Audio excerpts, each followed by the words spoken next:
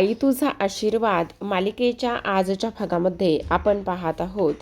आता इकडे 1 month ॲनिव्हर्सरीचं celebration झाल्यानंतर आता सगळं काही स्वच्छ करण्यात येत असतं.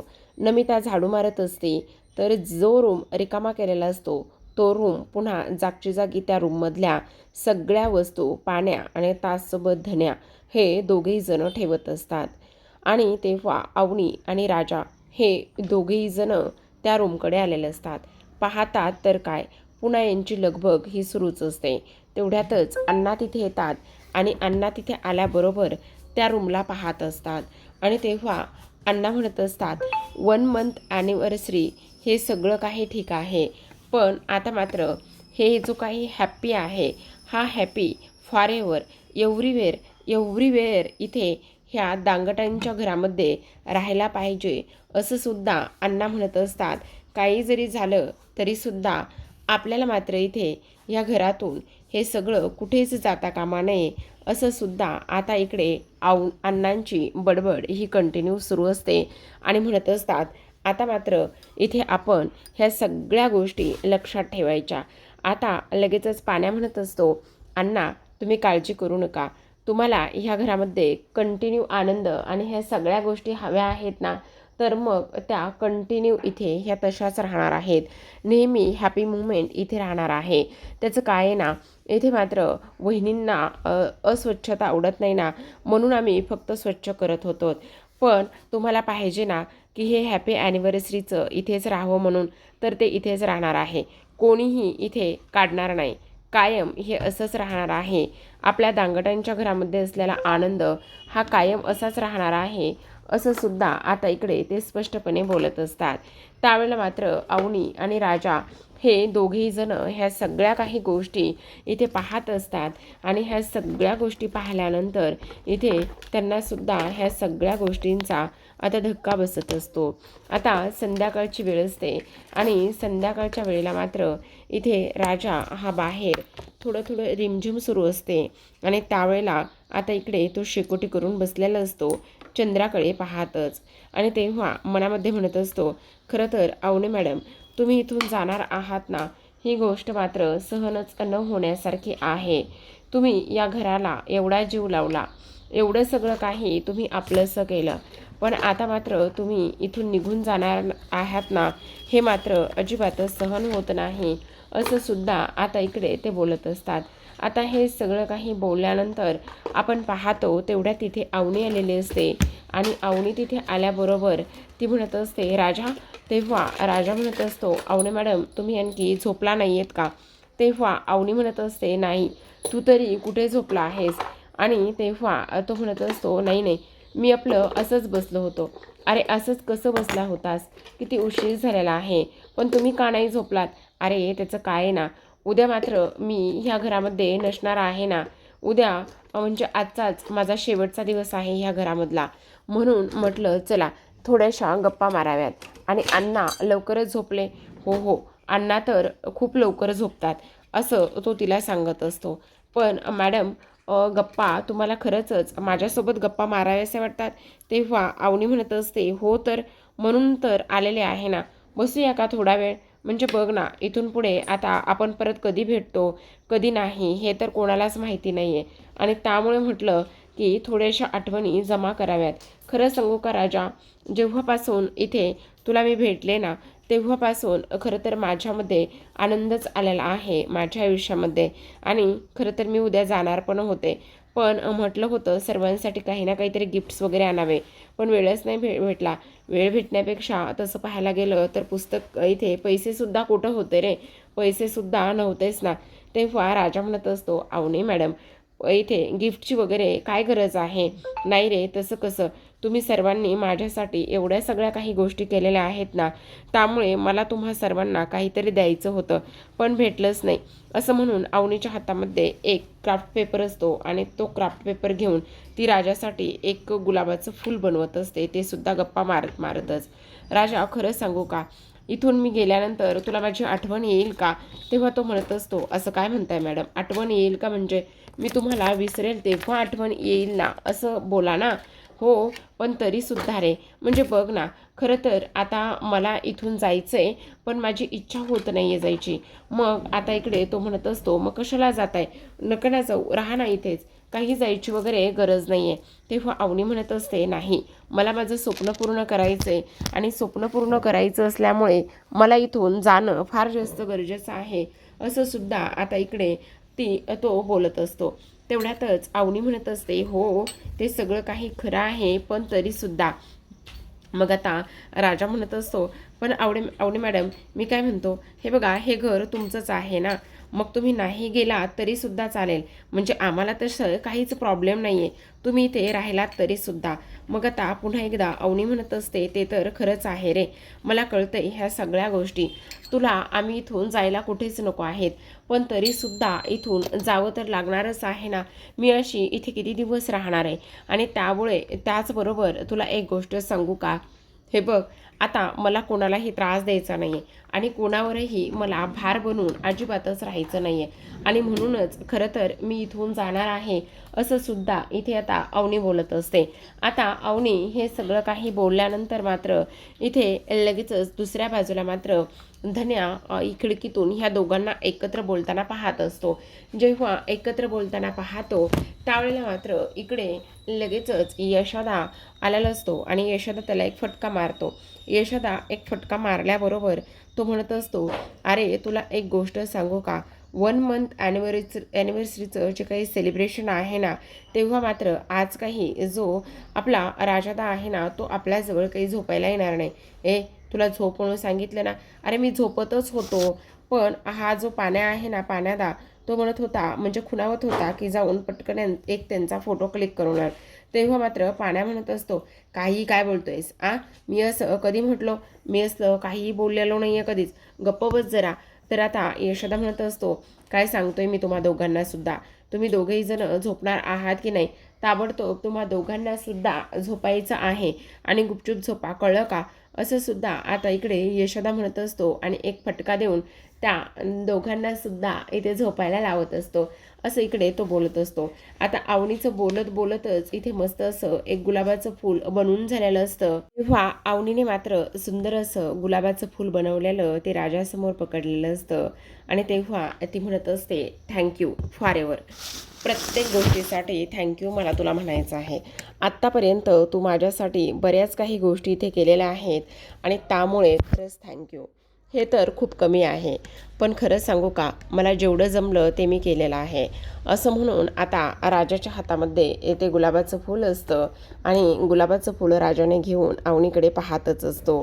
तेव्हा तो म्हणत असतो, मॅडम किती सुंदर फूल बनवलं आहे तुम्ही, आणि बोलता बोलता फूलसुद्धा बनून झालं.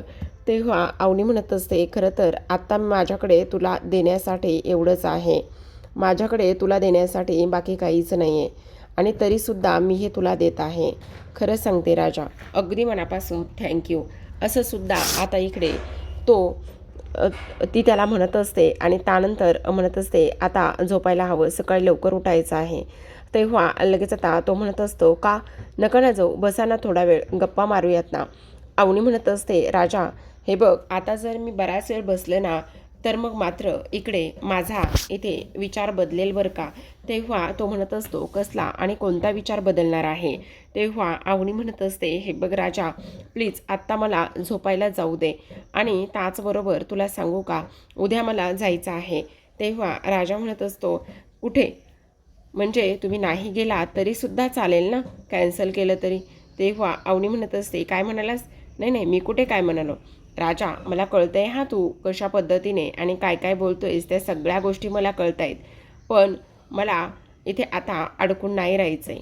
हे बघ, आत्तापर्यंत जे झालं ते खूप झालं, पण आता मात्र नाही, असं म्हणून आता मात्र अवनी त्याला गुड नाईट बोलत असते आणि गुड नाईट बोलून झोपायला निघून जात असते. अवनी तर झोपायला निघून गेलेली असते आणि तेव्हा राजा मात्र ते गुलाबाचं फूल घेतो आणि गुलाबाचं फूल घेऊनच आता देवी आईला म्हणत असतो, देवी आई, एकदा अवनी मॅडमने माझ्यासाठी नकळतपणे गुलाबाचं फूल दिलं होतं आणि त्यावेळेला मात्र मी म्हटलं होतं की एक दिवस असा येऊ दे की अवनी मॅडम माझ्यासाठी खरोखरच गुलाबाचं फूल देऊ देत, असं मी म्हटलं होतं. पण आता मात्र त्यांनी माझ्यासाठी हे गुलाबाचं फूल दिलेलं आहे आणि खरंचच देवी आई तू माझी इच्छा पूर्ण केलीस का? म्हणजे जसं मला पाहिजे होतं तशा पद्धतीने हे सगळं काही होतंय का? म्हणजे तू एकंदरीत मला सांगतेस का की होप सोडू नको म्हणून? देवी आई जर असं असेल तर मी अजिबात होप सोडणार नाही असं राजा म्हणत असतो. अवनी आता आतमध्ये येते. आतमध्ये आल्यानंतर पाहते तर आता हे तिघेही जण झोपलेले असतात. धनुने मात्र अवनीला प्रचंड जीव लावलेला असतो आणि तेव्हा अवनी झोपलेल्या धनुकडे पाहते आणि त्यानंतर त्याच्या अंगावर ती आता इकडे पांघरून घालत असते आणि अंगावर पांघरून घातल्यानंतर आता लगेचच म्हणत असते मनामध्ये, खरं तर धनु तुझ्यासारखा जीव आत्तापर्यंत मला कोणीही लावला नव्हता.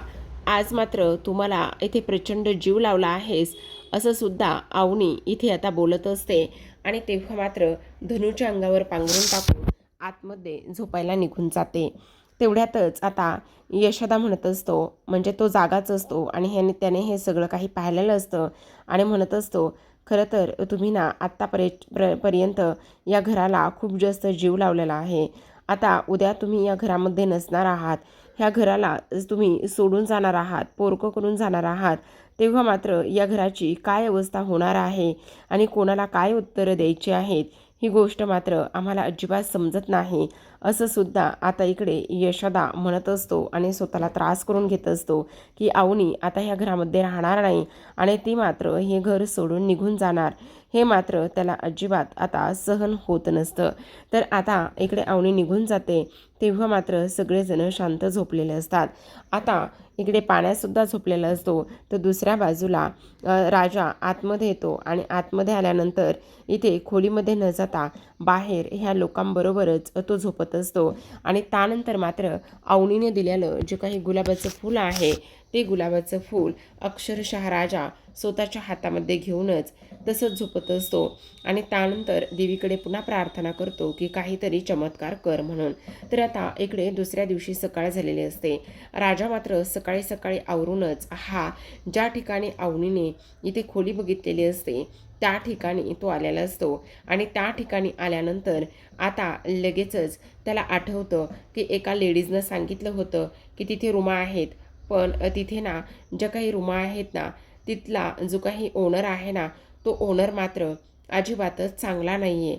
म्हणजे तो ओनर फक्त आणि फक्त इथे मुलींनाच रूमा देतो असं आता राजाला ते बोलणं आठवलेलं असतं आणि हे सगळं काही बोलणं आठवल्यानंतर राजा मात्र आता खूप मोठा निर्णय घेतो की त्या घरमालकाला जायचं आणि त्याला भेटायचं आणि त्याला मात्र सगळा काही जाब वगैरे सगळं काही विचारायचं. ह्या सगळ्या गोष्टी तो इथे करणार असतो आणि जेव्हा येतो त्यावेळेला मात्र आता लगेचच तो दाराची बेल वाजवतो. दाराची बेल वाजवल्यानंतर सुरुवातीला तर मात्र तो इथे प्रचंड घाबरलेला असतो आणि प्रचंड घाबरल्यानंतर आता मात्र लगेचच इकडे कारण कुत्र्याची बेल वाजलेली असते आणि त्यामुळे तो घाबरतो. तेवढ्यातच तो तिथून पळून जाणार पण आता मात्र इथे लगेचच दरवाजा उघडतो आणि दरवाजा उघडल्याबरोबर आता इकडे तो म्हणत असतो, तुम्हाला कोणी पाहिजे आहे का? असं म्हटल्याबरोबर आता राजा मात्र तिथेच थांबतो आणि म्हणत असतो, हो मला ना रूम हवी आहे. आणि तेव्हा तो म्हणत असतो, मी तर खूप घाबरलो, मला असं वाटलं की इथे कुत्रंच आहे की काय. तेव्हा तो घरमालक म्हणत असतो, नाही नाही, ती कुत्र्याची बेल मी बसवलेली आहे, इथे कोणतंही कुत्रं वगैरे काहीही नाही असं तो स्पष्टपणे सांगत असतो. आणि त्यावेळेला मात्र इकडे लगेचच तो म्हणत असतो, बोला ना काय झालं? काही नाही, ते ना इथे बोर्ड बघितला आणि बोर्ड बघितल्यानंतर इथे रूम आहे असं कळलं आणि म्हणूनच मी इथे रूमच्या शोधामध्ये आलेलो आहे. रूम हवी होती रूम, पण इथे तुम्ही बोर्ड वाचला नाही आहे का? जी रूम आहे ना ती फक्त आणि फक्त इथे लेडीजसाठी आहे, इथे जेंट्ससाठी रूम नाही आहे असं इकडे तो सांगत असतो. तेव्हा राजा म्हणत असतो, हो का, जेंट्ससाठी रूम हवी आहे का? अच्छा, पण तुम्ही बघा ना, जर होत असेल तर द्या ना. म्हणजे नाही नाही, अजिबातच नाही, मी फक्त आणि फक्त इथे रूमा ज्या देतो ना त्या फक्त आणि फक्त इथे लेडीजसाठीच देतो. आपल्याकडे फक्त आणि फक्त इथे मुलींसाठी गर्ल्स PG असंच आहे असं इकडे तो बोलत असतो.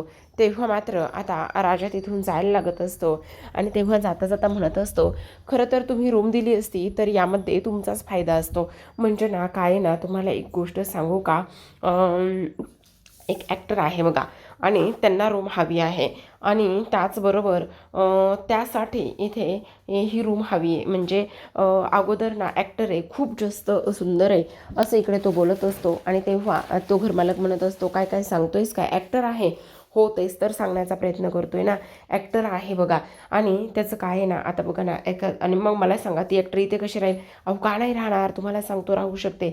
अहो ती पहिले एका ठिकाणी राहते ना, तर तिथे ना तिच्या घरमालकाचं आणि तिचं थोडंसं वाजलं म्हणजे आता बघा ना, ॲक्टर म्हटल्यावर लेट नाईट पार्ट्या वगैरे हे सगळं काही होतं ना, आणि त्यामुळे त्या घरमालकाला ना हे सगळं काही नको नको आहे. म्हणजे तिथे ना त्यांना ते चालत नाही आहे आणि त्यामुळे ना ती रूम एक वगैरे इकडे ती बदलायची आहे तिला. आणि म्हणूनच इकडे ती रूम पाहते. म्हणून म्हटलं तुमच्याकडे जर चाललं तर, म्हणजे कसं आहे बघा ना, पार्ट्या वगैरे करून आलं तर रात्री लेट नाईटपर्यंत त्यांची जागरणं, त्याचबरोबर खाणं पिणं हे सगळं काही सुरू असतं ना, आणि त्यामुळे तिथे जिथे राहत होती ना तिथे त्या घरमालकाला ह्या सगळ्या गोष्टीचा प्रॉब्लेम झाला. आणि प्रॉब्लेम झाल्यामुळे ना त्यांनी मात्र तिला रूम खाली करायला लावलेली आहे. पण आता जर तुम्ही नाही देत म्हटल्यावर काहीच प्रॉब्लेम नाही आहे. तेव्हा लगेच आता तो घरमालक म्हणत असतो, अच्छा असं आहे का, पण ती ॲक्टर इथे कशी राहील? हो राहील ना, पण मग ठीक आहे चालेल ना, देतो मी रूम. मग तेवढ्यातच तो म्हणत असतो, देताय नक्की देताय रूम? हो, पण तुम्ही तर म्हणताय अगोदरच ऑलरेडी तुम्ही कोणाला तरी रूम दिली. अहो त्यांना काय, माझं घर आहे, माझी रूम आहे, मी त्यांना द्यायची की नाही ते काय करायचं ते माझं मी बघेल. फोटो दाखवतो का? राजा म्हणत असतो, इथूनच कसा फोटो दाखवू, आतमध्ये येऊन फोटो दाखवतो ना. असं म्हटल्याबरोबर आता लगेचच राजा आतमध्ये जातो. आतमध्ये गेल्यानंतर मोबाईलमध्ये असलेले जे काही अवनीचे फोटो आहेत ते सगळे फोटो आता इकडे तो दाखवायला सुरुवात करत असतो. आणि ते सगळे फोटो दाखवल्यानंतर आता मात्र इथे तो घरमालक म्हणत असतो, ही तर आर्किटेक्ट आहे. तेव्हा राजा म्हणत असतो, हो ही आर्किटेक्ट आहे आणि ही माझी बायको आहे, समजलं का? तेव्हा तो म्हणत असतो, हो पण तू तर म्हणालास की एका ॲक्टरला खोली हवी आहे म्हणून. आणि तेवढ्यातच आता राजा म्हणत असतो, हो पण ती खोली माझ्या बायकोला तू जी काही दिलीस ना आणि त्यांच्याकडून जे काही डिपॉझिट घेतलंयस ना ते सगळं त्यांना परत द्यायचं आणि त्यांना खोली द्यायची नाही, कळलं? तुझे हे असले जे काही कारनामे आहेत ना ते कारणे मात्र मी इकडे सर्वांसमोर उघड करल आणि त्याचबरोबर इकडे तुला पोलिसामध्ये देईल जर तू अशा पद्धतीने हे सगळं काही करत असलास तर, समजलं? तेवढ्यातच तिथे एक मुलगीसुद्धा असते. आता राजा म्हणत असतो, आत्ताच्या आत्ता हे सगळं काही बंद करायचं, माझी बायको येईल. नाही मी त्यांना फोन करतो ना, अजिबात नाही, फोन लगेचच त्यांचा नंबर तुझ्या फोनमधून डिलीट करून टाकायचा, समजलं? जेव्हा माझी बायको येईल ना त्यावेळेला फक्त एकच सांगायचं की तुमचा हा जो काही तुम्ही मला दिलेला डिपॉझिट आहे ना तो डिपॉझिट तुमचा तुम्ही परत घ्या आणि त्यानंतर इकडे तुम्हाला खोली भेटणार नाही, एवढ्याच शब्दामध्ये सांगायचं, कळलं? याच्या पलीकडे काहीही सांगायचं नाही, असं सुद्धा आता इकडे तो स्पष्टपणे सांगत असतो. आता ह्या सगळ्या गोष्टी जेव्हा राजा सांगतो त्यावेळेला मात्र इकडे हा घरमालक खूप जास्त घाबरलेला असतो. आणि घाबरल्यानंतर इथे राजा लगेचच तिथे जी मुलगी असते त्या मुलीला बाहेर बोलवतो आणि म्हणत असतो, ताई तुम्ही बाहेर या, तुम्ही काही काळजी करू नका, घाबरायची वगैरे तुम्हाला काहीच गरज नाही आहे, तुम्ही इथून निघून गेलात तरीसुद्धा चालेल, असं राजा स्पष्टपणे त्या मुलीला सांगत असतो. तेव्हा मात्र इकडे हा म्हणत असतो, अरे पण तू बाकीच्यांचा का बरं ठेका घेतला आहेस, बाकीच्यांचं तुला काय करायचं आहे? त्यावेळेला मात्र राजा म्हणत असतो, मला बाकीच्यांचं काय करायचं ह्या गोष्टीशी तुझा काहीच एक संबंध नाही आहे, कळलं? नाहीतर मी पोलिसांना सुद्धा बोलवेल. तेव्हा आता लगेचच राजा त्या मुलीला बोलवतो आणि म्हणत असतो, तुमची चप्पल घेऊन या. आता ती मुलगीसुद्धा दरवाजाजवळ जाते आणि त्यानंतर मात्र स्वतःची चप्पल घेते आणि स्वतःची चप्पल घेऊनच आता लगेचच ती आतमध्ये येत असते. जेव्हा आतमध्ये चप्पल घेऊन येते त्यावेळेला मात्र राजा लगेचच म्हणत असतो, बघताय काय, याचं कानफाड फोडा. असं म्हटल्याबरोबर ती मुलगी मात्र चप्पल घेते आणि चप्पल घेऊनच आता लगेचच ह्या घरमालकाला खूप काही बेदम मारत असते. तेव्हा तो म्हणत असतो, अहो काय करताय तुम्ही, हे तुम्ही मला का मारताय? तेव्हा राजा म्हणत असतो, का मारताय म्हणजे तुम्हाला कळत नाही, तुम्ही कसं वागताय, काय करताय. लेडीज ही आई समान असते, माते समान असते आणि तिच्यासोबत तुम्ही अशा पद्धतीने वागताय. इथे प्रत्येक सुंदर मुलीला बोलावून घेताय आणि त्यानंतर इथे फक्त तिला रूम देताय आणि तिच्यासोबत असे घाणेरडे कृत्य करताय. अहो, तुमचं वय काय, तुम्ही त्यांच्या वडिलांच्या वयाचे असूनसुद्धा अशा पद्धतीने कसं काय वागू शकता, असं इकडे तो बोलत असतो. आणि तेव्हा मात्र माझी बायको आल्यावर काय करायचं हे मात्र मी तुम्हाला सांगत आहे, असं म्हटल्याबरोबर आता तो घरमालक जो आहे तो मात्र इकडे राजासमोर हात जोडूनच उभा असतो आणि त्याला स्वारी म्हणत असतो. तर आता प्रेक्षकांनो, आजच्या भागामध्ये एवढंच. उद्याचा भाग पाहायचा असेल तर नक्की चॅनलला सबस्क्राईब करा. उद्याचा भागसुद्धा खूप कमाल असणार आहे, कारण आता राजा हे सगळं काही करून तर आलेला असतो. अवनीला सोडवायला तो जाणार असतो आणि जात असताना मात्र इकडे आता अवनी म्हणत असते, खरं सांगू का राजा, आज ना मला इथून जाताना ना अजिबात पाय ओढतच नाही आहे. म्हणजे ना मला इथून जाण्याची ना अजिबातच इच्छा होत नाही आहे. मला नाही कळत आहे मला काय होतं आहे म्हणून, पण तरीसुद्धा तुला सांगू का, खूप जास्त ह्या सगळ्या गोष्टींचा मला त्रास होतो आहे, असं मात्र आता इकडे अवनी बोलू लागलेली असते. तेव्हा राजा म्हणत, मला जायचं नसेल तर तुम्ही का जाताय, नका ना जाऊ, थांबा ना इथेच, असं सुद्धा राजा बोलत असतो. पण प्रेक्षकांनो, आता अवनी जशी गेली तशीच रिटर्न नक्की येणार असते, हा राजाला विश्वास असतो. तर पाहत रहा बाई तुझा आशीर्वाद. भेटूया उद्याच्या भागामध्ये, तोपर्यंत धन्यवाद.